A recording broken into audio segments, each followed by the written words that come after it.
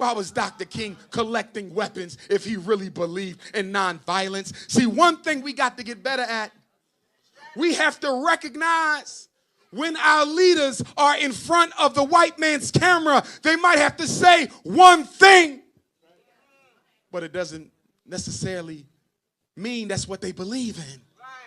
What is the essence of war? Deception. When Malcolm came back from the Middle East and Malcolm said, I saw Muslims of every color. And if the white man in America accepts Islam, I think Islam can do for the white man in America what is done for white men in the Middle East. That was propaganda. Well, what was the propaganda for, doctor? I'm going to tell you. I want to say something because in Anchorage, Alaska, I'll be speaking on Dr. King's True Earth Day, the 15th. And on the federal holiday, the 19th, I'll be in Chattanooga, Tennessee for the first time honoring Dr. King. Now, as a Pan-African nationalist, as a Garveyite, some people can't understand why I have so much admiration for this man, Dr. King. But I want to say this to you black people. We have to be careful into buying into the falsified descriptions of our ancestors that were fabricated by white folks. Dr. King had a whole lot more going for himself than just a damn dream. The man was not perfect. That's true. He made his mistakes. That's true.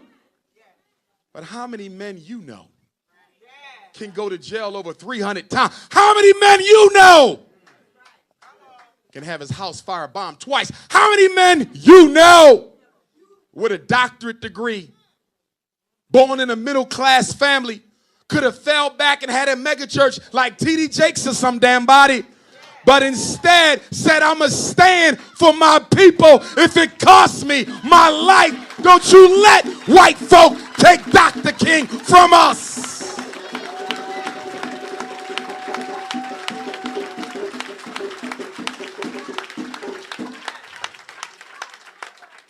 I don't care what they put in the history book. I don't care what they talk about at the White House. We got to make sure we know who the real Dr. King was. We got to know that the Southern Christian Leadership Conference knew that nonviolence was just a tactic. It wasn't their religion. Because if it was their religion, you're going to have to understand why they had a stockade of weapons on standby. Why was Dr. King collecting weapons if he really believed in nonviolence? See, one thing we got to get better at, we have to recognize when our leaders are in front of the white man's camera, they might have to say one thing, but it doesn't necessarily mean that's what they believe in. What is the essence of war? Deception. When Malcolm came back from the Middle East and Malcolm said, I saw Muslims of every color. And if the white man in America accepts Islam, I think Islam can do for the white man in America what is done for white men in the Middle East. That was propaganda. Well, what was the propaganda for, doctor? I'm going to tell you, Malcolm needed to open up a public avenue to work with Dr. King and the civil rights movement. He had to make it publicly acceptable to black people so he could work with Dr. King. Some of you judged Malcolm and ridiculed Malcolm. If he was a damn integrationist, what he doing running around with Kwame Nkrumah now? If he was an integrationist, what was he doing speaking at Garvey days? If he was an integration, why did Malcolm never change his position that black people need to have organizations of their own? Don't let nobody steal our ancestors' memories from us. And if we're going to talk about saving King,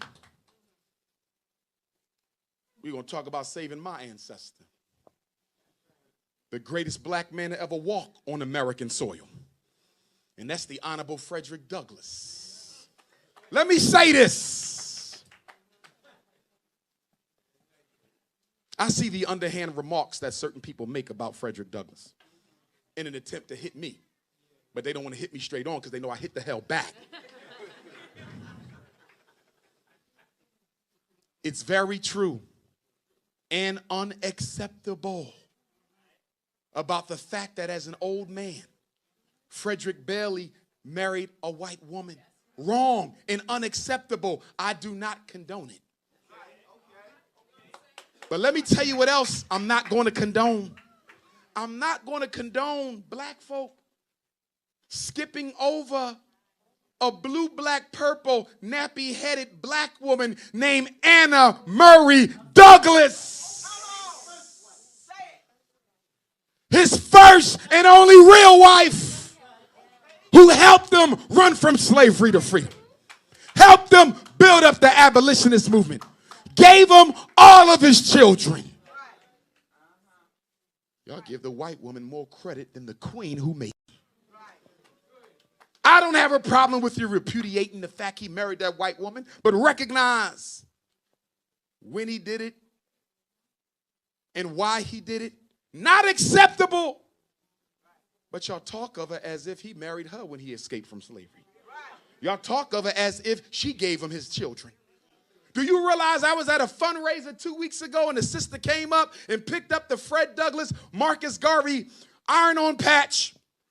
And we had the Anna Douglas, Amy Garvey button. And she said, Dr. Umar, can you explain to me why you would name a school for African girls after a white woman?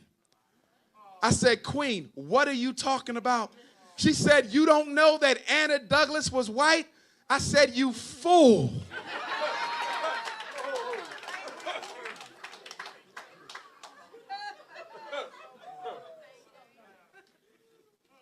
That woman was blue, black, purple, big lip, broad nose, nappy kitchen, and everything. Loved her to death, blue, black, purple woman. A leader in her day and time, brothers and sisters. So all I'm saying is when you level your criticisms, put it in the right context, or you mislead the next generation. We got kids running around, Frederick Douglas married a white woman. They don't know he was an old man a few years from death.